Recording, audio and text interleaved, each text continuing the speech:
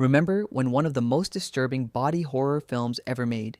So grotesque audiences left theaters sick, so well crafted it won an Oscar for turning a leading man into a melting insect, was secretly bankrolled by the comedy legend behind Blazing Saddles, who hid his name so nobody would think it was a joke. And the film's most famous line, quoted for 40 years, was improvised by that same comedian. Directed and co-written by David Cronenberg, produced by Mel Brooks' company Brooks Films, and starring Jeff Goldblum and Gina Davis, The Fly took a 1958 Vincent Price B-movie and rebuilt it into a tragic love story disguised as a horror film about a man who fuses himself with a housefly and watches his own humanity rot away. It cost $9 million, earned over 60, and became the biggest hit of Cronenberg's career. Today, we're counting down 15 weird facts about The Fly, and stick around for number 1 because there's a sequence Cronenberg shot, finished, and then buried for 20 years, and it's so much worse than anything that made the final cut. Hit that like button, subscribe, and drop a comment. Is The Fly a horror film or a love story? Make your case below. Alright, mind the telepods, let's get into it. One of the most stomach-churning horror films ever made was produced by Mel Brooks. Yes, that Mel Brooks, the man behind Blazing Saddles, Young Frankenstein, and The Producers. And he buried his own name so deep that almost nobody in 1986 knew. His company, Brooks Films, was the studio behind it, just as it had been behind David Lynch's The Elephant Man.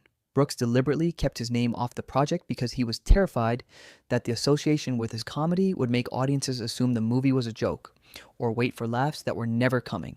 This was a pattern for Brooks. With his serious productions, he hid his involvement on purpose, protecting them from the enormous comedic reputation that preceded his name everywhere it appeared. So the most disturbing body horror film of the 1980s was quietly financed and guided by a man the public associated with fart jokes and Mel Brooks musical numbers, and almost nobody making the connection in 1986.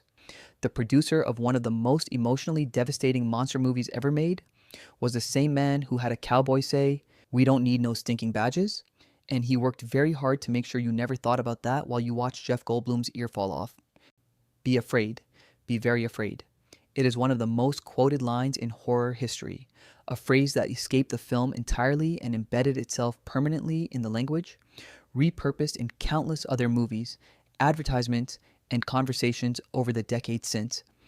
And it came directly from Mel Brooks. The line was not in the original screenplay. Brooks invented it while the filmmakers were working through a fundamental question. How should Veronica react emotionally to the early signs of Seth's monstrous metamorphosis? What does a person say when the man they love is beginning to transform into something inhuman? Brooks's answer was that single, perfect, escalating sentence, which was then given to Gina Davis as a line of dialogue. The comedy legend, who hid his name off the credits to keep audiences from expecting jokes, contributed the one piece of writing from the entire film that everybody remembers. There is a real irony in this. The most famous thing about The Fly, more famous than any image, any effect, any performance, is a line written by a man who spent the whole production making sure you wouldn't know he was there.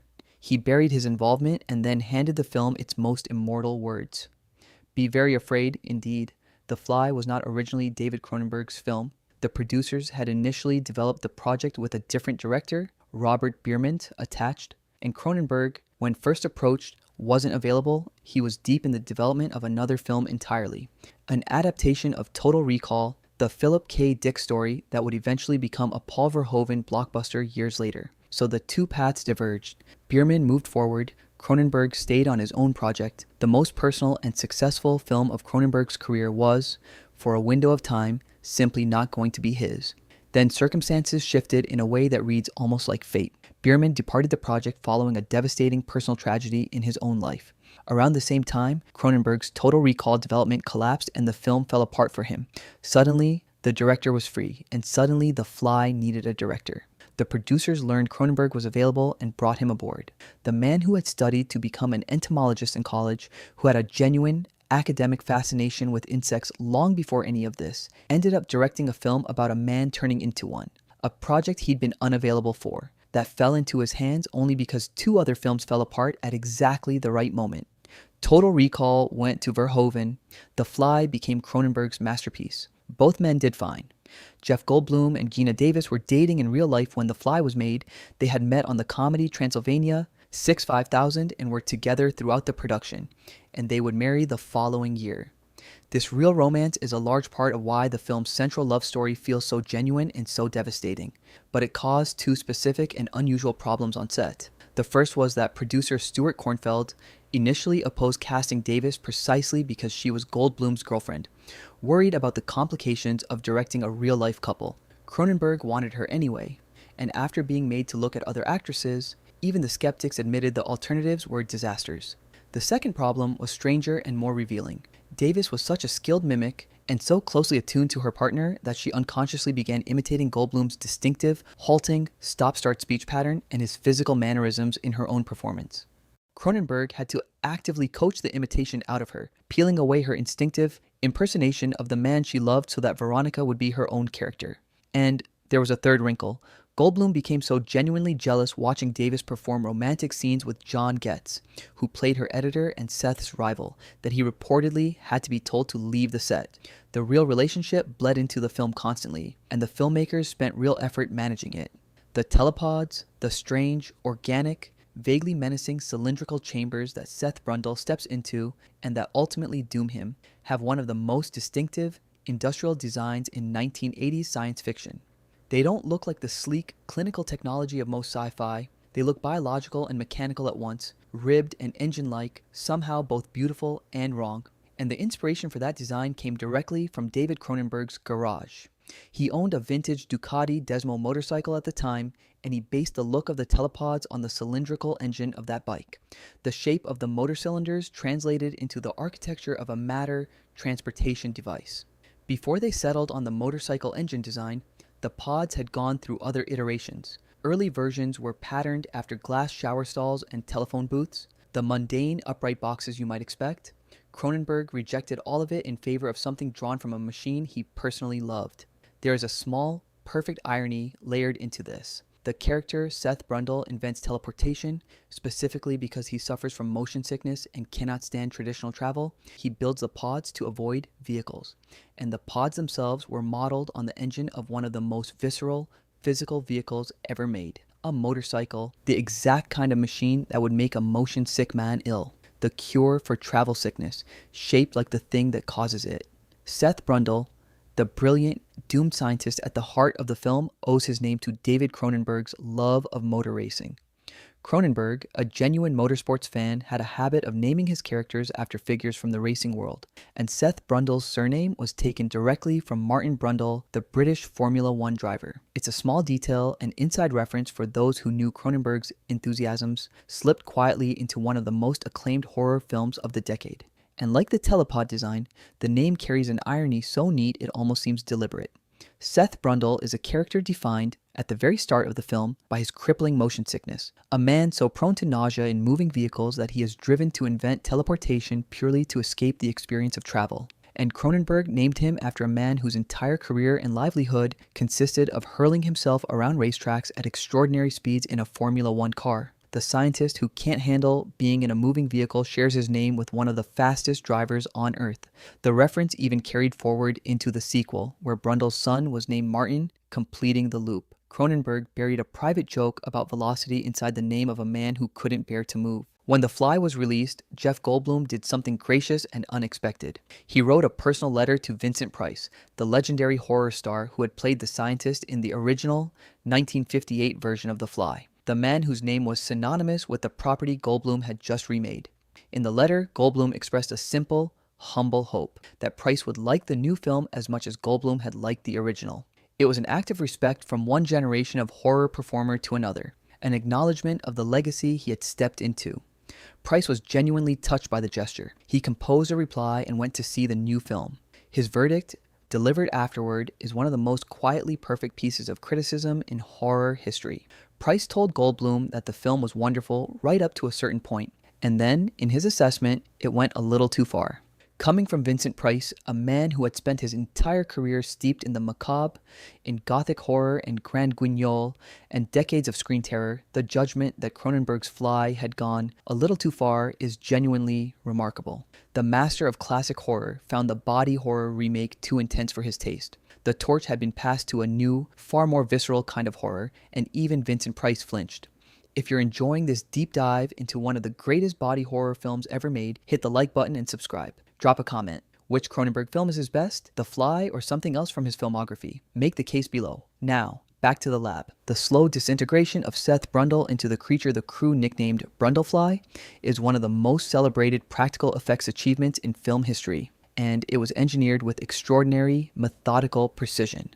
Chris Wallace and his makeup and creature effects team, the same Wallace who had designed the creatures in Gremlins, broke Brundle's metamorphosis down into a carefully graded sequence of distinct physical stages, building the horror incrementally so that the audience watches a human being decay by degrees rather than in a single shocking jump. There were, depending on how you count, 7 separate stages ranging from subtle, early facial discoloration, all the way to full body foam, latex suits, and finally to elaborate cable and rod controlled puppets representing the final creature. The later stages were brutal on Goldblum. The most extensive makeup took nearly 5 hours a day to apply, burying the actor under pounds of prosthetics. By the final human-adjacent stages, Goldblum was wearing full bodysuits with exaggerated deformities and distorting contact lenses that made one eye appear larger than the other. And then, beyond Goldblum entirely, the creature became pure puppetry, the space bug, as the crew called it, operated by teams of puppeteers, and finally, the grotesque fusion of creature and machine in the film's last moments. The genius of the staged approach is that it makes the horror feel inevitable and biological. You don't see a man become a monster. You watch a man rot, one terrible stage at a time.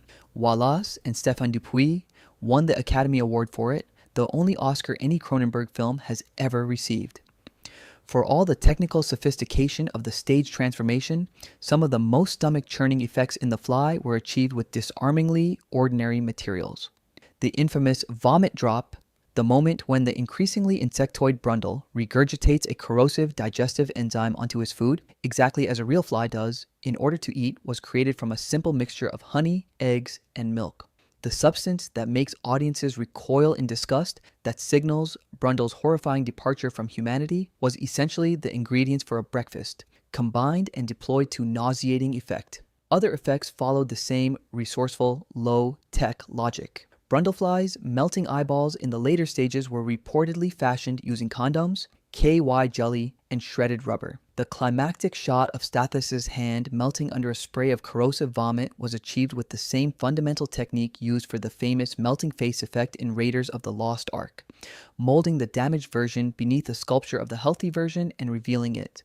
There is something fitting about this, given the film's themes. A movie about the horror of the body, about flesh and its corruption and decay, built its most visceral moments out of food and household objects, the ordinary stuff of domestic life transformed into the raw material of nightmare.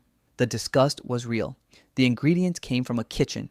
The Fly ends the precise moment Seth Brundle dies, and not a single frame later, and that abruptness is a deliberate, hard-won decision. After every alternate ending was filmed and rejected, the filmmakers arrived at a principle articulated by producer Stuart Kornfeld in one brutal sentence. Once your hero is dead, your movie is over. That's why the film closes the way it does. The wretched, pitiful Brundlefly telepod creature guiding Veronica's shotgun to its own head, Veronica sobbing as she pulls the trigger, and then nothing. No epilogue, no recovery, no comfort. The discipline of this runs against every commercial instinct in Hollywood, which almost always wants to send the audience home with something, a glimmer of hope, a sequel hook, a return to normalcy. Cronenberg and Kornfeld refused all of it. They understood the entire film had been building toward Brundle's death as its emotional climax, and that anything after that climax would be a betrayal of it. By ending the moment Seth dies, the film traps the viewer in the full weight of the tragedy with no escape valve. It is one of the most merciless endings in mainstream horror, and it exists because a producer understood that, here, mercy would have ruined everything. The ending of The Fly was the subject of enormous struggle, and the version that exists is the result of the filmmakers trying several alternatives and watching every one of them fail. Cronenberg shot and considered a whole range of codas designed to follow Brundle's death and give the audience some kind of resolution or release.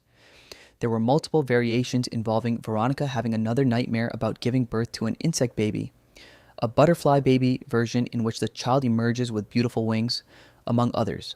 There was an ending in which Veronica wakes up married to Stathis, pregnant with his child, the horror seemingly behind her. Cronenberg filmed these. Audiences and the director both came to dislike them. The fundamental discovery Cronenberg made, the same discovery he had made on his earlier film The Dead Zone, was that nothing worked as a coda to the hero's violent death. Anything that followed it felt superfluous, deflating, wrong. Goldblum himself was reportedly angry about the versions in which Veronica ends up with Stathis, feeling they undermined the tragedy of Brundle's story. Every attempt to soften the ending, to give the audience somewhere to land after the devastation, only weakened the film. The solution turned out to be ruthless simplicity. End the moment the hero dies, and not a frame later. The film's abrupt, merciless final image, Veronica having delivered the mercy-killing Brundle begged for, works precisely because nothing comes after it. The endings all failed. The absence of an ending succeeded. David Cronenberg rarely appears in his own films, but he has a small, memorable cameo in The Fly as a gynecologist in Veronica's nightmarish dream sequence, the one in which she imagines giving birth to a giant maggot. The role exists because of two separate, almost unrelated chains of events that happen to converge. The first involves Martin Scorsese. After watching a number of Cronenberg's early films, Scorsese had asked to meet him, and upon being introduced, Scorsese remarked that Cronenberg looked like a Beverly Hills plastic surgeon. The comment stuck with Cronenberg, and it planted the idea of casting himself as a doctor. The second chain involves Gina Davis. Cronenberg hadn't necessarily planned to actually take the role himself until Davis specifically requested that he be the one to play the gynecologist in her dream sequence. The scene required her to be in a vulnerable, exposed position, legs in stirrups, mid-nightmare, and she didn't feel comfortable with a stranger or a hired bit part actor in that role while she performed it. She wanted someone she trusted, so she asked her director to do it himself. The convergence is what makes the cameo strange. A passing insult from Martin Scorsese gave Cronenberg the idea, and Gina Davis's discomfort with a stranger gave him the reason. A throwaway joke and an actress's request combined to put the director on screen, delivering a maggot in his own film. When The Fly was released in 1986, at the height of the AIDS epidemic, audiences and critics widely interpreted Seth Brundle's condition as a metaphor for AIDS. The reading was almost irresistible given the moment. A man whose body is invaded by something at the cellular level, who develops lesions on his skin, who watches his physical self waste away in horror, who becomes an object of fear and contagion, whose lover must grapple with what his sickness means for her. To audiences living through the early, terrifying years of the epidemic, the parallels seemed unmistakable and deliberate. But Cronenberg himself has consistently said that AIDS was not his intention. His own conception of Brundle's transformation was as a metaphor for disease and mortality in a far more universal sense. The way illness and aging come for everyone. The way all bodies eventually betray their occupants, with cancer being the specific disease most on his mind. He saw the film as being about something that happens to every human being who lives long enough. The slow, inevitable failure of the flesh, the body turning against the self. The AIDS reading was something the culture brought to the film, not something Cronenberg embedded in it. And in a way, the gap between intention and interpretation is a testament to the film's power. Cronenberg made a movie about the universal horror of mortal decay, and a frightened culture recognized its own specific tragedy inside it. Both readings are true. The film is large enough to hold them both. One of the most important and least obvious creative decisions in The Fly concerns Brundle's voice.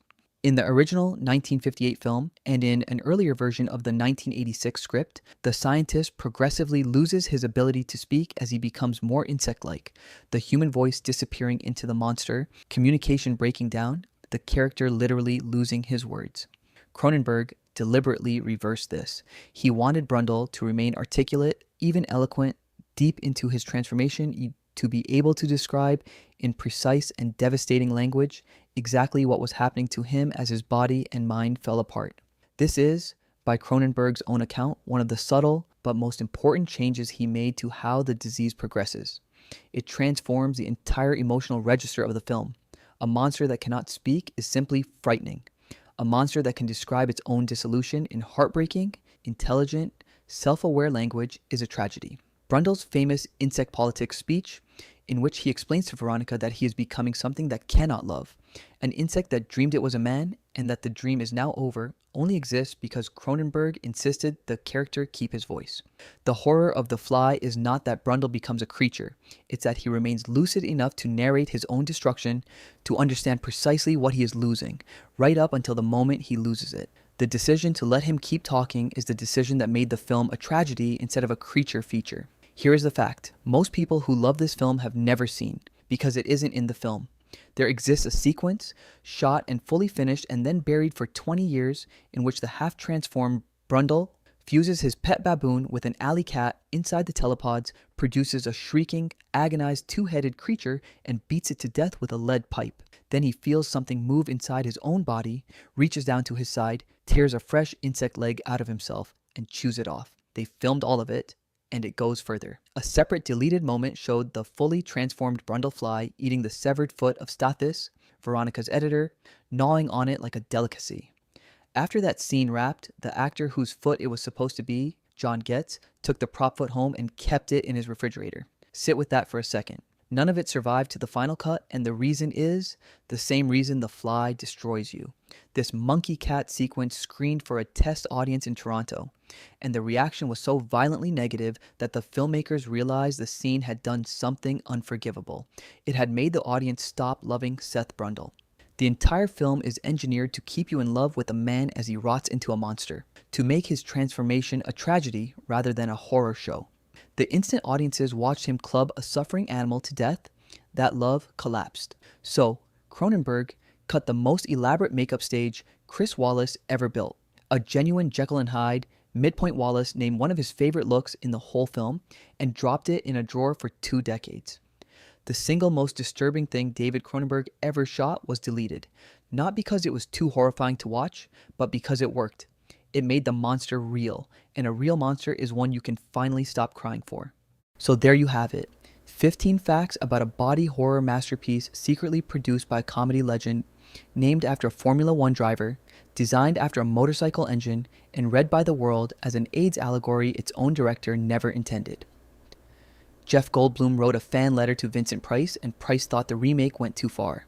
And somewhere out there is a finished scene where Brundle chews off his own leg, and another where John gets his severed foot sat in a fridge, both too much even for this film.